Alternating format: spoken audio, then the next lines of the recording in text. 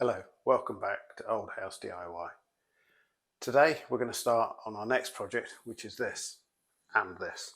We're going to strip back this door and this door frame in preparation for painting this and for treating this, but this door is a whole different story. I'll show you why. This is the other side of that door. You can see a lovely wooden encased rim lock and an old barn latch, but this is why I said it was another story. Because literally that door is in a whole nother story. The lower level we're stood in was probably a wet larder, and the upper door, which is the one we're going to restore, was probably a doorway into a servant's quarters. We're going to make it workable, open it again and fit a balustrade so it can be safe. We're going to use chemical strippers on this door. I've already done the test patch with some Pelo A1, Pelo A7 and cling strip.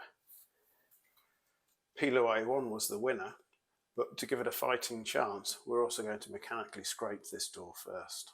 First, a word about safety. A door this old, the layers of paint, at least one or more of them will have lead in it. So lead, when we scrape it off and becomes airborne, can be toxic. So we need a decent quality dust mask, FFP3 rated or higher, which will be good enough to take out the fine lead particles, and because there'll be a lot of stuff flying around in the air, a face shield or goggles. I said we were going to mechanically scrape the door, so what are we going to use for that? Well, my primary weapon will be this one, which is a 2-inch flat wide carbide scraper. This is very good for removing large amounts of paint off a flat area. I've also got a much smaller triangular carbide scraper, which is very useful for the smaller areas.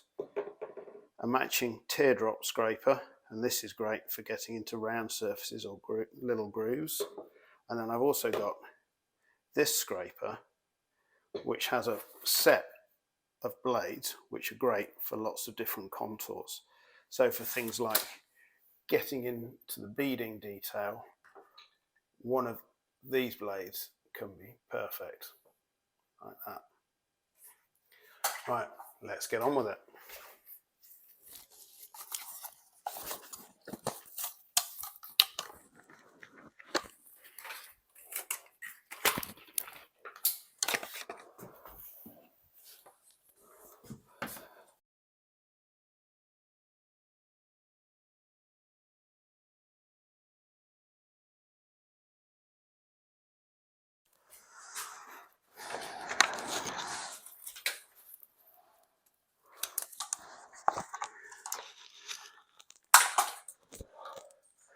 There we go.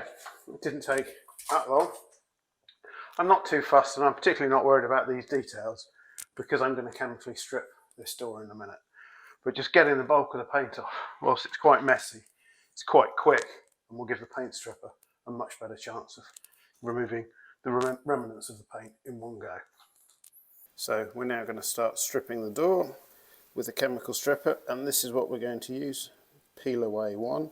It's a poultice type stripper, which is a paste you apply to the door and then cover with plastic wrap and leave for 24 hours, and then the remaining paint should just fall off. Right, now we're booted and suited, we need to get the Pelo A1 on the panel.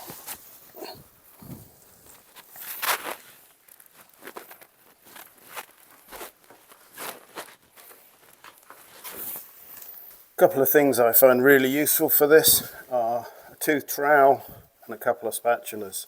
The tooth trowel is really good for getting a good even spread and then smoothing it off with a spatula. Right, now we've got all this poultice applied, we put our sheets of plastic over, make sure we get 100% contact, and then we tape it in position and leave for 24 hours. Right, now it's time to remove the peel away wrap and then scrape off the poultice, and hopefully we'll be left with wood underneath. I've moved over to the windowsill so you can get a better view of the poultice coming away.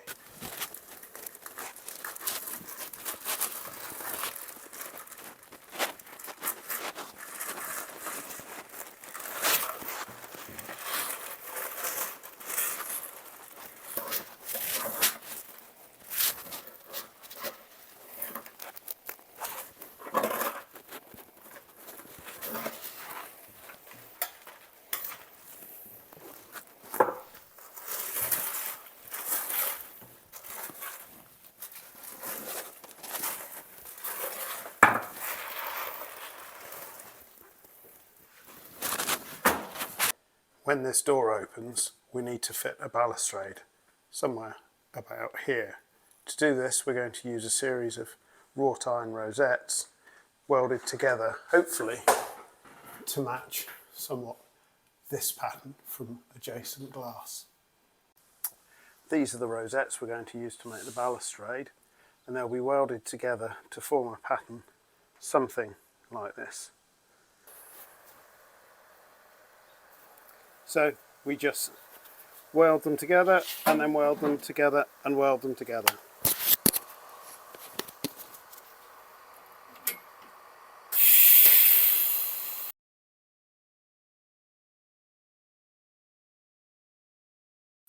We've got our rosettes all welded together. We've got a steel frame welded up to match the door. Now I've laid one over the other. I'm just going to cut off the excess rosettes so they all fit.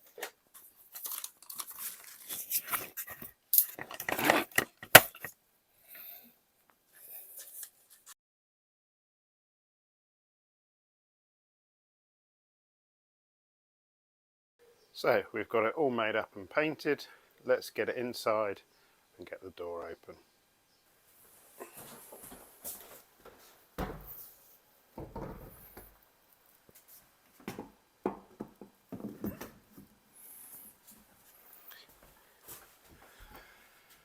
Now that's in position and should stop anybody falling through it while I open the door. Let's go back downstairs and open the door. Let's go and have a look at what we're dealing with.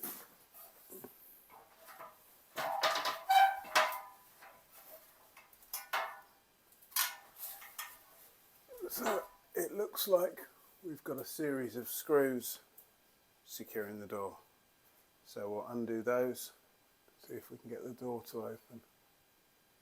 Right, that's the last of the screws. Let's see if it opens and see what it looks like.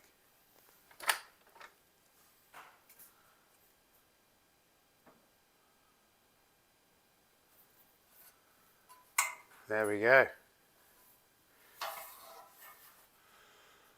Bit of tidying up, some scraping and some sanding, and then treat the door, and I think once the railing's fixed, we'll be done.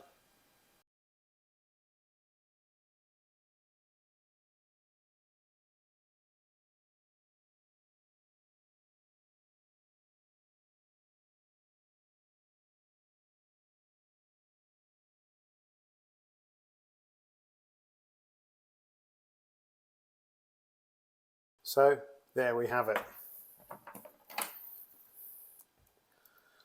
The door now opens and we've got a nice child safe and building standards compliant railing.